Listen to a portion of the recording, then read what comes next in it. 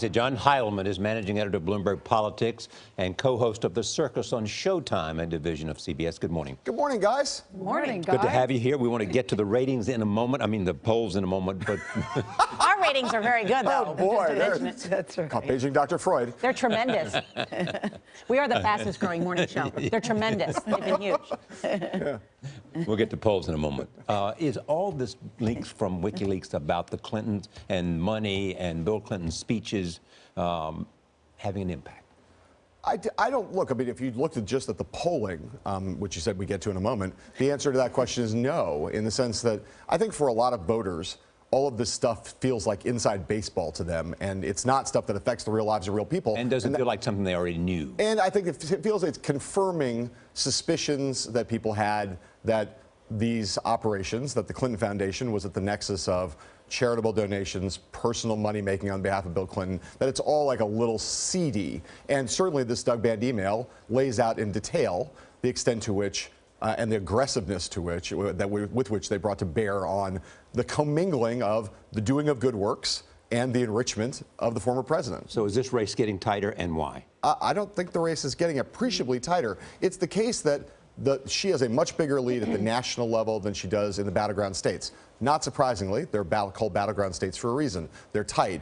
And in most of the country, all they hear is the national news about how terrible Donald Trump is. In the battleground states, Donald Trump goes to those states. He has advertising on the air. He gets a little bit better coverage in places where he goes. And so the race is a little closer. But again, as I say to a boring degree on this show, he's never been ahead in the race. He's not in the head in the race now. And if you look at the battleground tracking poll, it's still, she's over 270 by a healthy amount right now. And that still has states like Florida, Ohio, North Carolina as toss-ups. Those are all states that she could win. And even if he does win them, he's still short. We already have nearly 13 million people have already cast their ballots. Yes, that's We're right. going to have 40% of the electorate will have cast their ballots before November 8th. We can get some really good signs about how the election is going by looking at these early vote, which I've been looking at.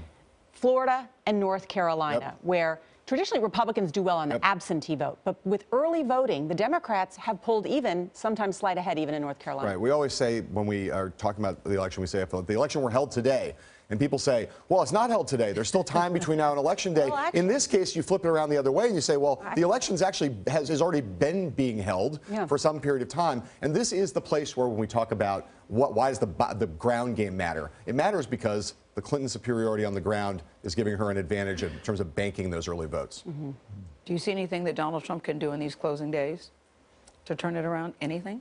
I don't like to give candidates advice, and so I don't imagine that you have to be a big change for this race to get off its current course. All right. John Heilemann, always good to see you. Thank you for bringing your enthusiasm. You guys are delightful. Reliably delightful. Did you know about our ratings? Charlie has occasionally mentioned them to me. Thank you. Thank you, John. Yeah, that's Charlie. All right, CBS News will bring you the results of the election as they come in, and our Election Day coverage begins Tuesday, November 8th at 7 p.m. Eastern, 6 Central right here on CBS, and you can watch all day our streaming network, CBSN.